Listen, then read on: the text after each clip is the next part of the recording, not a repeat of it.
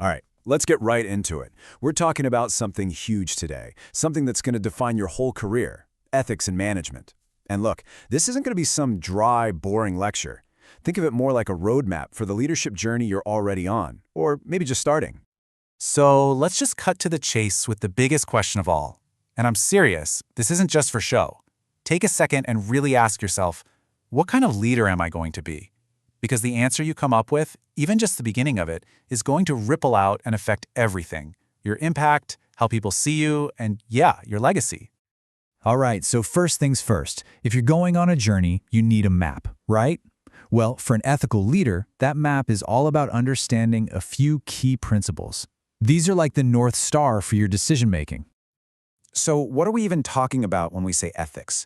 It's easy to think of it as just a bunch of rules to keep you from getting sued. But it's so much more than that. It's like an internal GPS, always trying to point you toward what's right, what's fair, and what's just. Not just for you, but for your team, your customers, everybody. And that brings us to values.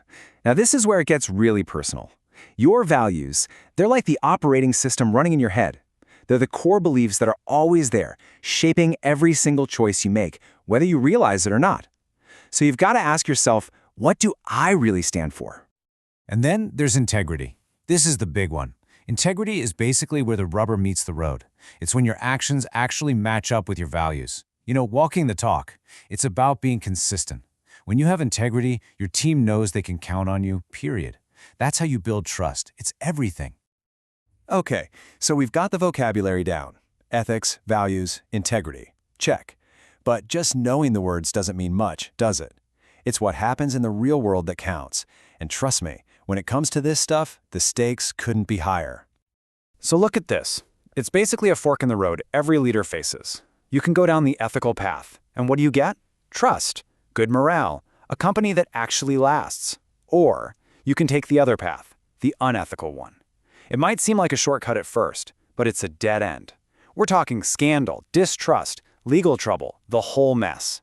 The point is, these choices have real, tangible results.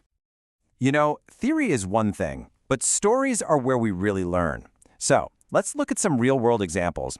We're going to see what happens when people walk down each of those paths, the good, the bad, and the ugly. First up, a name that's basically become a verb for corporate greed and disaster, Enron. So what happened at Enron? I mean, this wasn't just a misstep. This was a total ethical meltdown from the top down. The leadership was all about greed. They were literally making up numbers, faking their profits with some wild accounting fraud. And of course, there was tons of insider trading. The result? The whole company imploded. Just poof, gone. Thousands of people lost their jobs, their life savings. It was a complete catastrophe. Okay, let's jump forward a bit to a more recent scandal from a brand pretty much everyone knows and, at the time, trusted, Volkswagen. So, in 2015, the news breaks, and it's a shocker.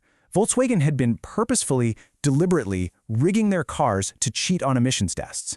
I mean, this wasn't some bug in the software. It was an intentional plan to lie to millions of their own customers and to the government. They just flat out deceived everyone. And the price for that deception? Billions in fines and a reputation that was just torched. They're still trying to rebuild that trust today. Okay, enough of the horror stories. It's not all bad news out there. Let's flip the script and look at a company that's doing it right. An example that gives you some hope. Let's talk about Patagonia. With Patagonia, ethics isn't just some page on their website. It's their entire DNA. Their commitment to protecting the planet, to social responsibility, that's not just a clever marketing angle. It's who they are. They're open about how they do things, they're not afraid to take a stand, and you know what? They prove that being ethical can be a massive competitive advantage. You can be incredibly successful because of your principles. All right, so we've defined the terms, we've seen the high stakes, we've looked at the heroes and the villains.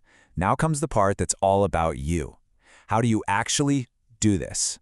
This next part is your personal playbook, with concrete steps you can take starting today.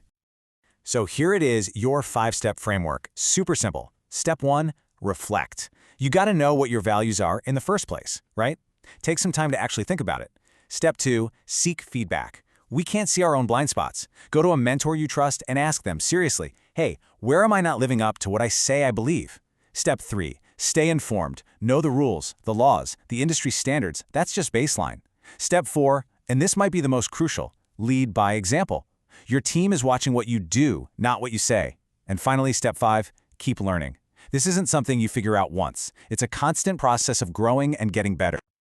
I really want this idea to sink in because it changes everything. Ethics is not about avoiding punishment. It's about making a positive difference in the world.